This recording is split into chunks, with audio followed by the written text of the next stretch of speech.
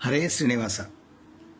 ಕೃಷ್ಣಾಯ ವಾಸುದೇವಾಯ ಹರಯೇ ಪರಮಾತ್ಮನೇ ಪ್ರಣತಕ್ಲೇಶನಾಶಾಯ ಗೋವಿಂದಾಯ ನಮೋ ನಮಃ. ಎಲ್ಲರಿಗೂ ಅತ್ರಿಗೋತ್ರ ವಿಜೇಂದ್ರನ ದೀಪಾವಳಿ ಹಬ್ಬದ ಹಾರ್ದಿಕ ಶುಭಾಶಯಗಳು, ನಮಸ್ಕಾರಗಳು. ಪದ್ಮಪ್ರಿಯೇ ಪದ್ಮಿನಿ ಪದ್ಮಹಸ್ತೆ ಪದ್ಮಾಲಯೇ ಪದ್ಮದಲಾಯತಾಕ್ಷಿ ವಿಶ್ವಪ್ರಿಯೇ ವಿಷ್ಣು ಮನೋನುಕೂಲೆ ತ್ವತ್ಪಾದ ಪದ್ಮಂ ಮೈ ಸನ್ನಿಧತ್ಸ್ವ ಅಂತ ಮಹಾಲಕ್ಷ್ಮಿಯನ್ನ ಶ್ರೀ ಸೂಕ್ತದಲ್ಲಿ ಬಹಳವಾಗಿ ಕೊಂಡಾಡಿದ್ದಿದೆ. ವೇದಗಳೇ ಅದೇ ಹೇಳ್ತಕ್ಕಂತಹ ಮಂತ್ರಗಳು. ವೇದಗಳು ಅಪೌರುಷೇಯ, ಯಾರು ಮಾಡಿದ್ದಲ್ಲ. ಹಾಗೆ ವೇದಗಳು ತಾವು ಹೇಳುವಾಗ ಮತ್ತೆ ಅದರ ಅರ್ಥವನ್ನು ತಿಳಿದುಕೊಳ್ಳುವಾಗ ಬಹಳ ಆನಂದವಾಗುತ್ತೆ. ಲಕ್ಷ್ಮಿಯನ್ನ ಬಹಳವಾಗಿ ಹೊಗಳುವಾಗ ಪದ್ಮಪ್ರಿಯೇ ಪದ್ಮಿನಿ ಪದ್ಮಹಸ್ತೆ, ಅವಳು ತುಂಬ ಇಷ್ಟಪಡ್ತಕ್ಕಂತಹ, ಲಕ್ಷ್ಮೀದೇವಿಗೆ ಇಷ್ಟಪಡ್ತಕ್ಕಂತಹ ಹೂವು ಪದ್ಮ ಅಂದರೆ ಕಮಲದ ಹೂವು ಅಂತ. ಪದ್ಮಪ್ರಿಯೆ, ಕಮಲದ ಹೂವನ್ನು ತುಂಬ ಇಷ್ಟಪಡ್ತಕ್ಕಂಥ ಅವಳು ಮಹಾಲಕ್ಷ್ಮಿ. ಪದ್ಮಿನಿ, ಅವಳು ಸ್ವಂತ ತಾನೇ ಕಮಲದ ಹೂವು ಕೂಡ. ಪದ್ಮಾಲಯೆ, ಅವಳ ಮನೆ ಸುಂದರವಾಗಿ ಅಲಂಕಾರಗೊಳ್ತಾ ಇದ್ದಿದ್ದು ಕಮಲದ ಹೂವಿನಿಂದ. ಅಥವಾ ಎಲ್ಲಿ ಕಮಲದ ಹೂವು ಜಾಸ್ತಿ ಇಟ್ಟು ಅಲಂಕಾರವನ್ನು ಮಾಡಿ ಯಾರು ಪೂಜೆಯನ್ನು ಮಾಡ್ತಾರೋ ಮಹಾಲಕ್ಷ್ಮಿಯನ್ನ, ಅಲ್ಲಿ ಮಹಾಲಕ್ಷ್ಮಿ ಒಲಿತಾಳೆ ಅಂತ. ಪದ್ಮಾಲಯೆ ಪದ್ಮದಲಾಯತಾಕ್ಷಿ, ಪ್ರತಿಯೊಂದು ಪದ್ಮದ ಕಮಲದ ದಳಗಳಲ್ಲಿ ಲಕ್ಷ್ಮಿಯ ಆವಾಸ ಸ್ಥಾನವಾಗಿರುತ್ತೆ. ಅವಳ ಕಣ್ಣುಗಳು ಪದ್ಮದಂತೆ ಇರುತ್ತದೆ ಅಂತ. ವಿಶ್ವಪ್ರಿಯ ವಿಷ್ಣು ಮನೋನುಕೂಲ, ವಿಶ್ವಪ್ರಿಯ ಲಕ್ಷ್ಮಿಯನ್ನು ಯಾರು ಇಷ್ಟಪಡಲ್ಲ? ಇಡೀ ಜಗತ್ತಿನಲ್ಲಿ ಬ್ರಹ್ಮಾಂಡದಲ್ಲಿ ಲಕ್ಷ್ಮಿಯನ್ನು ಇಷ್ಟಪಡದೇ ಇರೋರೇ ಇಲ್ಲ. ಎಲ್ಲರಿಗೂ ಲಕ್ಷ್ಮಿ ಬೇಕಾದ್ದೇ, ಒಬ್ಬೊಬ್ಬರಿಗೂ ಒಂದೊಂದು ರೀತಿಯಲ್ಲಿ. ಲಕ್ಷ್ಮಿಯ 8 ರೂಪಗಳು, 8 ರೂಪಗಳಿವೆ. ಆ 8 ರೂಪಗಳಲ್ಲೂ ಜನರು ಇಷ್ಟಪಡ್ತಾರೆ. ಆರೋಗ್ಯ ಲಕ್ಷ್ಮಿ, ಐಶ್ವರ್ಯ ಲಕ್ಷ್ಮಿ, ಸಂತಾನ ಲಕ್ಷ್ಮಿ, ಭೋಗ್ಯಲಕ್ಷ್ಮಿ, ಭಾಗ್ಯಲಕ್ಷ್ಮಿ, ಗಜಲಕ್ಷ್ಮಿ, ಈ ಥರ ಲಕ್ಷ್ಮಿಗೆ 8 ರೂಪಗಳನ್ನು ಕೂಡ ಇಷ್ಟಪಡುವವರಿದ್ದಾರೆ. ಹಾಗಾಗಿ ವಿಷ್ಣು ಮನೋನುಕೂಲೆ, ಪರಮಾತ್ಮನಿಗೆ ಅವನ ಮನಸ್ಸಿಗೆ ಅನುಕೂಲವಾಗಿ ನಡೆಯತಕ್ಕಂಥವಳು. ಪರಮಾತ್ಮ ಮತ್ತು ಮಹಾಲಕ್ಷ್ಮಿ ನಿತ್ಯಾವಿಯೋಗಿನಿ ಅಂತ ಕರೀತಾರೆ. ಪರಮಾತ್ಮನಿಗೆ ನಿತ್ಯಾವಿಯೋಗಿನಿ. ಬ್ರಹ್ಮದೇವರಿಂದ ಅವತಾರಗಳು ಶುರುವಾಗುತ್ತೆ ಹೊರತು, ಹುಟ್ಟು ಸಾವುಗಳು ಬರುತ್ತವೆ ಹೊರತು ಲಕ್ಷ್ಮಿಗೆ ಯಾವುದೂ ಸಂಬಂಧ ಪಡೋದಿಲ್ಲ. ಪರಮಾತ್ಮನ ನಂತರ 2ನೇ ಸ್ಥಾನದಲ್ಲಿ ಇರ್ತಕ್ಕಂತಹ, ಅತ್ಯಂತ ಪರಮಾತ್ಮನಿಗೆ ಹತ್ತಿರದವಳಾಗಿರ್ತಕ್ಕಂತಹ, ಮತ್ತೆ ಪರಮಾತ್ಮನ ಮನಸ್ಸಿಗೆ ಏನು ಬೇಕೋ ಅದನ್ನೇ ಮಾಡ್ತಕ್ಕಂಥವಳು ಅಂದರೆ ಮಹಾಲಕ್ಷ್ಮಿ.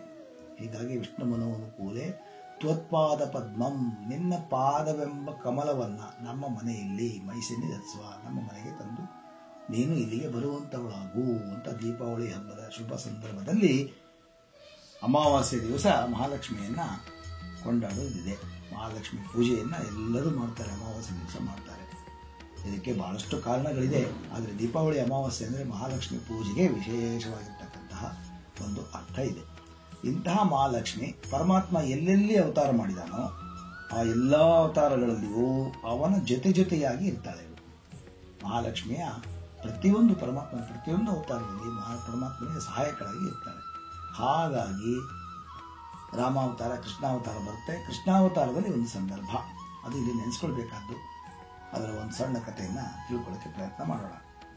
ಕೃಷ್ಣಾವತಾರದಲ್ಲಿ ಏನಾಯಿತು ಅಂದರೆ, ರುಕ್ಮಿಣಿ ಮತ್ತು ಸತ್ಯಭಾಮ ಇವರಿಬ್ಬರು ಕೃಷ್ಣನಿಗೆ 16,108 ಮಂದಿಯರಲ್ಲಿ 16,101 ಮಂದಿ ಒಂದು, ಆಮೇಲೆ 8 ಜನ ಒಂದು ಅಂತ ಬೇರೆ.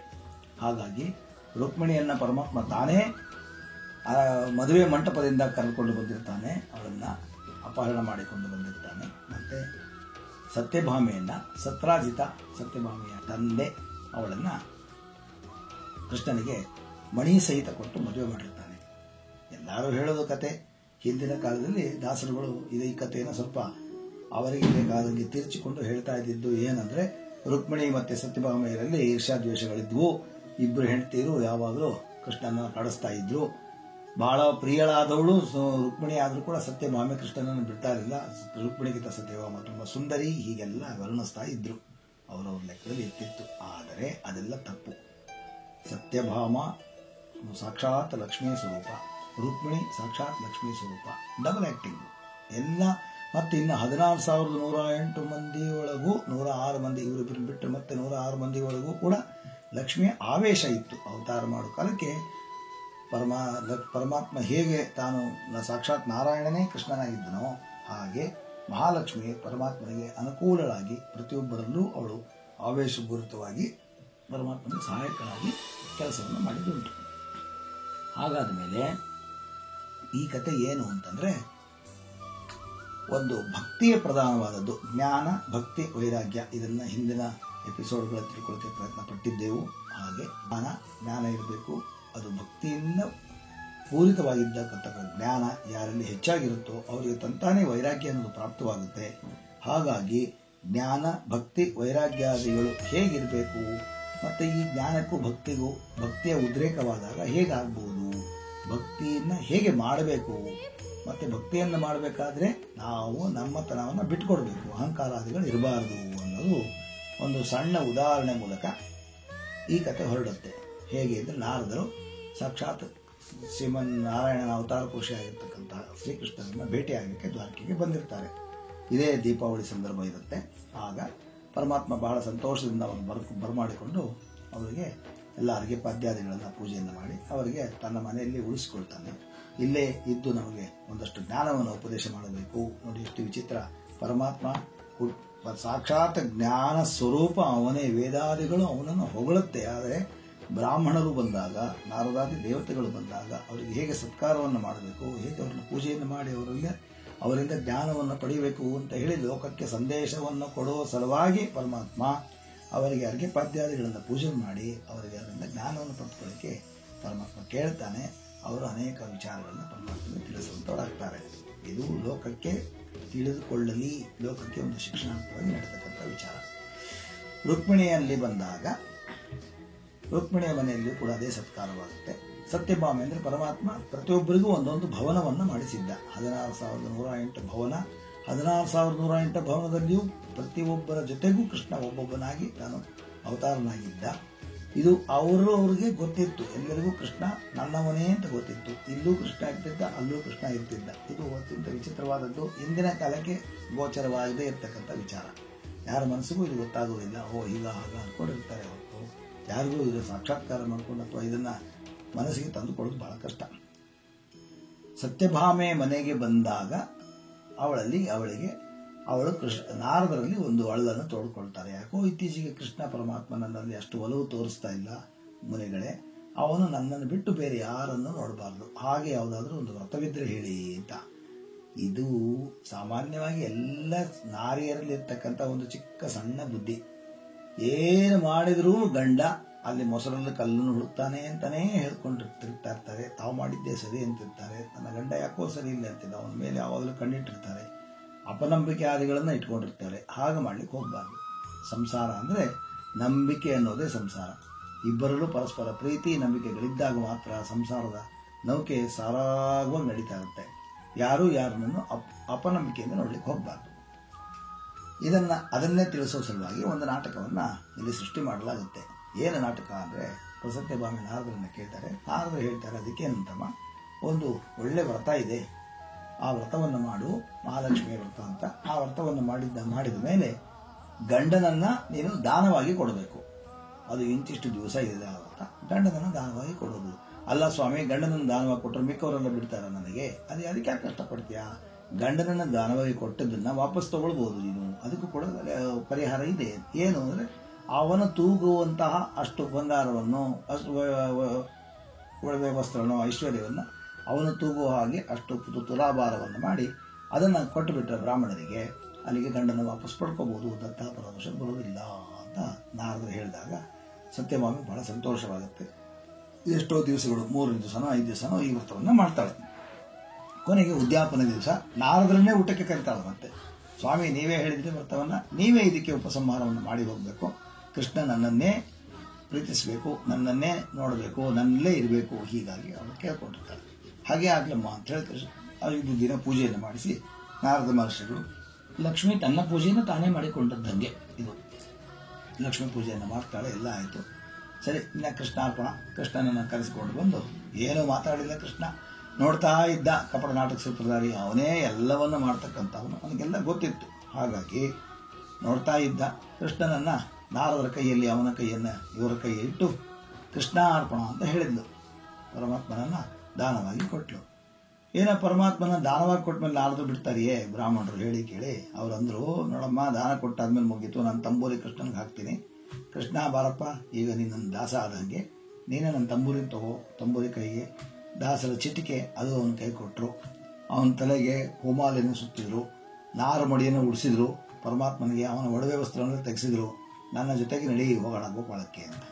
ಹೇಗಿದೆ ನೋಡಿ, ಸಾಕ್ಷಾತ್ ಪರಮಾತ್ಮನನ್ನೇ ತಮ್ಮ ದಾಸನನ್ನಾಗಿ ಮಾಡ್ಕೊಂಡು ತೊಗೊಂಡು ಹೊರಡ್ತಾ ಇದ್ರು. ಆಗ ಮತ್ತೆ ಸತ್ಯಭಾಮ ಬಂದು ಕೇಳ್ತಾಳೆ, ಅಯ್ಯೋ ಇಷ್ಟೆಲ್ಲ ಮಾಡ್ಲಿಕ್ಕಲ್ಲ ನಾನು ಕೊಟ್ಟಿದ್ದು ನಿಮಗೆ, ಮತ್ತೆ ತುಲಾಭಾರ ಗಿಲಾಭಾರ ಅಂತ ಹೇಳಿದ್ರಿ, ಅದನ್ನು ಮಾಡಿದ್ರಾಗಿತ್ತಲ್ಲ ಅಂದರೆ ಹೌದು, ಮತ್ತೆ ಮಾಡಬೇಕಲ್ಲ, ನೀನು ಹೇಳಲೇ ಇಲ್ಲ. ಹಾಗೆ ಆಗಲಿ, ತುಲಾಭಾರವನ್ನು ಮಾಡೋಣ. ತುಲಾಭಾರ ಅಂದರೆ ತಕ್ಕಡಿಯಲ್ಲಿ ಪರಮಾತ್ಮನನ್ನು ಕೂಡಿಸೋದು. ಶ್ರೀಕೃಷ್ಣನನ್ನು ಒಂದು ತಕ್ಕಡಿಯಲ್ಲಿ ಕೂಡಿಸಿ, ಒಂದು ತಟ್ಟೆಯಲ್ಲಿ ಕೂಡಿಸಿ, ಮತ್ತೊಂದು ತಟ್ಟೆಗೆ ಅವಳಲ್ಲಿರ್ತಕ್ಕಂಥ ಎಲ್ಲ ವಜ್ರ ವೈಡೂರ್ಯ ಐಶ್ವರ್ಯ ಎಲ್ಲವನ್ನ ಹಾಕಿದ್ಲು. ಏನು ಮಾಡಿದ್ರೂ ಪರಮಾತ್ಮನ ತಕ್ಕಡಿ ಮೇಲೆ ಎಳ್ಳೇ ಇಲ್ಲ. ಆಗ ಅವಳಿಗನ್ಸಿದ್ದು, ಏನಿದು, ಯಾಕೆ ಹೀಗಾಗ್ತಾ ಇದೆ, ನಾನು ಎಷ್ಟು ಮಾಡಿದ್ರೂ ಆಗ್ಲಿಲ್ವಲ್ಲ ಅಂತ. ಅವಳಿಗೆ ಕೆಲವು ಸಖಿಯರಿದ್ರು, 8 ಜನ ಅಷ್ಟಮಹಿಷಿಯರಲ್ಲಿ ಕೆಲವರಿದ್ರು, ಮಿತ್ರವಿಂದ ಕಾಳಿಂದಿ, ಇವರುಗಳನ್ನ ತುಂಬಾ ಹತ್ತಿರದವರು, ಆದಷ್ಟು ಜಾಸ್ತಿ ಅವಳಿಗೆ ಈರ್ಷಾದ್ವೇಷಗಳಿಲ್ಲದೆ ಪ್ರೀತಿಯಿಂದ ಮಾಡ್ತಕ್ಕಂಥವ್ರು ಸಖಿಯರು. ಅವ್ರನ್ನೆಲ್ಲ ಕರೆಸಿ ಅವ್ರದನ್ನೆಲ್ಲ ಹಾಕ್ಸಿದ್ರು. ಪರಮಾತ್ಮ ಏನ್ ಮಾಡಿದ್ರು ತಕ್ಕಡಿ ಹೇಳಲೇ ಇಲ್ಲ. ಕೊನೆಗೆ ಏನ್ ಮಾಡೋದು, ನಾರದರು ಹೇಳಿದ್ರು, ಕೃಷ್ಣನ ಕರ್ಕೊಂಡು ಹೊರಟಿದ್ದೀನಮ್ಮ, ನಿನ್ನ ಕಡೆ ಏನು ಸಾಧ್ಯವಾಗ್ತಾ ಇಲ್ಲ, ನಾನೇನೋ ಉದ್ಯಾಪನೆ ಮಾಡಿಸಿದ್ದೀನಿ, ನೀನು ಏನು ಕೊಡ್ತೀವಿ ತೊಗೊಂಡು ಹೋಗೋಣ ದಕ್ಷಿಣೆ ಅಂತ ನಾನು ಬಂದರೆ, ನೀನು ಎಲ್ಲಿ ಬಂಗಾರ ಹಾಕಿದ್ರು ಕೃಷ್ಣ ತೂಗ್ತಾ ಇಲ್ಲ, ಕೃಷ್ಣ ಭಾರ ಆಗ್ಬಿಟ್ಟಿದ್ದಾನೆ, ಏನಾದರೂ ಮಾಡಿ ಹೇಳು, ನನಗೆ ಗೊತ್ತಿಲ್ಲ ಅಂತ. ಅಯ್ಯೋ ಸ್ವಾಮಿ ನೀವೇ ಉತ್ತರ ಕೊಡಿ, ಯಾನೇನು ಉತ್ತರ ಕೊಟ್ಟರೆ ನನಗೆ ಏನೋ ಗೊತ್ತಿಲ್ಲ ಅಂತ.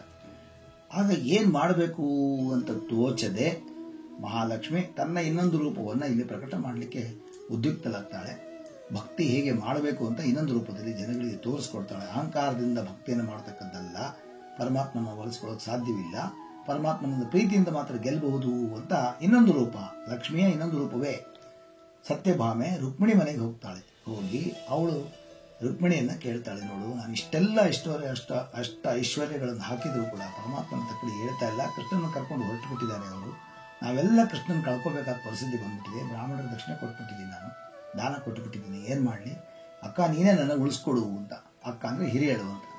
ಹಾಗಾಗಿ ರುಕ್ಮಿಣಿ ಹೇಳ್ತಾಳೆ, ಅಯ್ಯೋ ಏನೇನು ಹಾಕಿದ್ದಿ, ಇದೆಲ್ಲ ಹಾಕಿದ್ದೀನಿ. ಅಯ್ಯೋ ನೀನು ಭಾಳ ದೊಡ್ಡ ತಪ್ಪು ಮಾಡಿದಿ, ಪರಮಾತ್ಮನ ಒಲಿಸ್ಕೊಳ್ಳೋದು ಎಷ್ಟು ಸುಲಭರೋ ಹರಿ ತನ್ನವರ ನರಗಳಿಗೆ ಬಿಟ್ಟಗಲನು ರಮಾಧವನ ಒಲಿಸಲು ಅರಿಯದೆ ಪಾಮರರು ಬಳಲುವರು ಭವದೊಳಗೆ. ಹರಿಕಥಾನುಸಾರ ಪರಮಾತ್ಮ ಅತ್ಯಂತ ಸುಲಭಕ್ಕೆ ಸುಲಭ, ಕಠಿಣಕ್ಕೆ ಅತ್ಯಂತ ಕಠಿಣ. ನಾವು ಹೇಗೆ ನಾವು ನಡೆಸ್ಕೊತೀವೋ ಹಾಗೆ ನಮ್ಮಲ್ಲಿ ಇರ್ತಾನೆ ಅವನು. ಸುಲಭನೋ ಹರಿ ತನ್ನವರು ಅರಗಳಿಗೆ ಬಿಟ್ಟಗಲನು, ತನ್ನ ಅವನಿಗೆ ಇಷ್ಟವಾದವ್ರನ್ನ ಒಂದು ನಿಮಿಷ ಬಿಟ್ಟಿರಲ್ಲ ಪರಮಾತ್ಮ, ಯಾವಾಗಲೂ ಜೊತೆಯಾಗೇ ಇರ್ತಾನೆ. ಅದನ್ನು ಹೋಗಿ ನೀನು ಅದನ್ನು ತಿಳ್ಕೊಳ್ಳದೆ ಭಕ್ತಿಭಾವದಿಂದ ನೀನು ಕೃಷ್ಣನನ್ನು ಒಲಿಸ್ಕೊಳ್ಬೋದಾಗಿತ್ತಮ್ಮ. ಅವನ ಭಾರ ಏನೂ ಇಲ್ಲ, ಆದರೆ ಭಾರ ಅಣೋರಣೀಯಾನ್ ಮಹತೋ ಮಹೀಯಾನ್, ಅಣುವಿಗಿಂತ ಚಿಕ್ಕದ ಸಣ್ಣ ಭಾರದಲ್ಲಿ ಇರ್ತಕ್ಕಂಥವನು, ಮಹತ್ತಾದರೆ ಇಡೀ ಬ್ರಹ್ಮಾಂಡವನ್ನೇ ತೂಗುತಕ್ಕಂಥವನಮ್ಮ. ನಿಂಗೆ ಅದು ಗೊತ್ತಾಗ್ಲಿಲ್ವೇ ತಾಯಿ, ಬಾ ನಾನು ಮಾಡ್ತೀನಿ ಬಾ ಅಂತ ಹೇಳಿ ಅವಳಲ್ಲಿಂದ ತನ್ನ ತುಳಸಿ ಮನೆಯಲ್ಲಿ ಅವಾಗ ತುಳಸಿ ಪ್ರದಕ್ಷಿಣೆ ಹಾಕ್ತಾ ಇರೋ ತುಳಸಿ ದಳವನ್ನು ಬಿಡಿಸ್ಕೊಂಡು ಬರ್ತಾಳೆ. ಐಶ್ವರ್ಯಗಳನ್ನೆಲ್ಲ ತೆಗೆಸಿಬಿಟ್ಟು ಆ ತಟ್ಟೆಗೆ, ಖಾಲಿ ತಟ್ಟೆಗೆ ಒಂದೇ ಒಂದು ತುಳಸಿ ದಳವನ್ನು ಹಾಕಿ ಪರಮಾತ್ಮನಿಗೆ ಸಾಷ್ಟಾಂಗ ನಮಸ್ಕಾರ ಮಾಡಿ, ಪರಮಾತ್ಮ ಅಸ್ಮದ್ ಗುರು ಅಂತರದ ಭಾರತೀಯ ರಮಣ ಮುಖ್ಯ ಪ್ರಾಣಾಂತರ್ಗದ ಶ್ರೀ ಲಕ್ಷ್ಮೀ ವೆಂಕಟೇಶ್ವರ ಪ್ರೇರಣೆಯ, ಲಕ್ಷ್ಮೀ ವಿಠಲ ಪ್ರೇರಣೆಯ, ಲಕ್ಷ್ಮೀ ರುಕ್ಮಿಣಿ ಸತ್ಯಭಾಮ ಪ್ರೇರಣೆಯ, ರುಕ್ಮಿಣಿ ಕೃಷ್ಣ ಪ್ರೇರಣೆಯ ಅಂಥೇಳಿ ಎಲ್ಲ ದೇವರುಗಳನ್ನು ನಾನು ಸ್ಮರಣೆ ಮಾಡಿ 3 ಪ್ರದಕ್ಷಿಣೆ ಹಾಕುವಷ್ಟೊತ್ತಿಗೆ ಕೃಷ್ಣನ ತಕ್ಕಡಿ ಮೇಲೆದ್ದಿದೆ, ಆ ತುಳಸಿಯ ತಕ್ಕಡಿ ಕೆಳಗಿದೆ.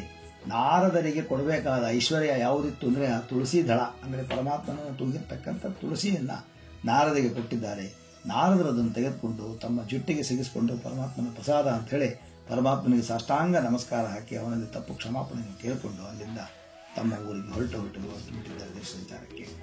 ಇದರಿಂದ ತಿಳಿಯೋದೇನೆಂದರೆ ತುಳಸಿಯ ಮಹಾತ್ಮೆ ಇನ್ನು ಬರ್ತಕ್ಕಂಥ ಮುಂದಿನ ಉತ್ಥಾನ ದ್ವಾದಶಿ ತುಳಸಿ ಹಬ್ಬ ಇರೋದ್ರಿಂದ ಈ ಕಥೆಯನ್ನು ಎಲ್ಲರೂ ಕೇಳೋಕ್ಕೆ ಇಷ್ಟಪಡ್ತಿದ್ರು, ಕೇಳ್ತಿದ್ರು. ಹಾಗಾಗಿ ಈ ಕಥೆಯ ಒಂದು ಸಣ್ಣ ಸಾರಾಂಶ, ತುಳಸಿಯನ್ನು ಪೂಜೆ ಮಾಡತಕ್ಕಂಥದ್ದು ಉತ್ಥಾನ ದ್ವಾದಶಿ. ಅದು ಹೇಗೆ ಬಂತು, ಕಾರ್ತಿಕ ರಾಧಾ ದಾಮೋದರ ಪ್ರೇರಣೆಯ ಕಾರ್ತಿಕ ಮಾಸದ ದ್ವಾದಶಿಯನ್ನು ಉತ್ಥಾನ ದ್ವಾದಶಿ ಅಂತ ಹೇಳ್ತಾರೆ. ಚಿಕ್ಕ ದೀಪಾವಳಿ ಅಂತ ಕೂಡ ಹೇಳ್ತಾರೆ, ಛೋಟ ದೀಪಾವಳಿ. ಆ ದೀಪಾವಳಿ ದಿವಸ ಕಾರ್ತಿಕ ಮತ್ತು ರಾಧಾ ದಾಮೋದರನನ್ನು ಹೇಗೆ ಸ್ಮರಣೆ ಮಾಡಬೇಕು, ಅವತ್ತು ಹೇಗೆ ಪೂಜೆಯನ್ನು ಮಾಡಬೇಕು ಅಂತ ಮೊದಲು ತಿಳ್ಕೊಳ್ಳೋಕ್ಕೆ ಪ್ರಯತ್ನ ಮಾಡೋಣ. ಹರೇ ಶ್ರೀನಿವಾಸ ಕೃಷ್ಣ.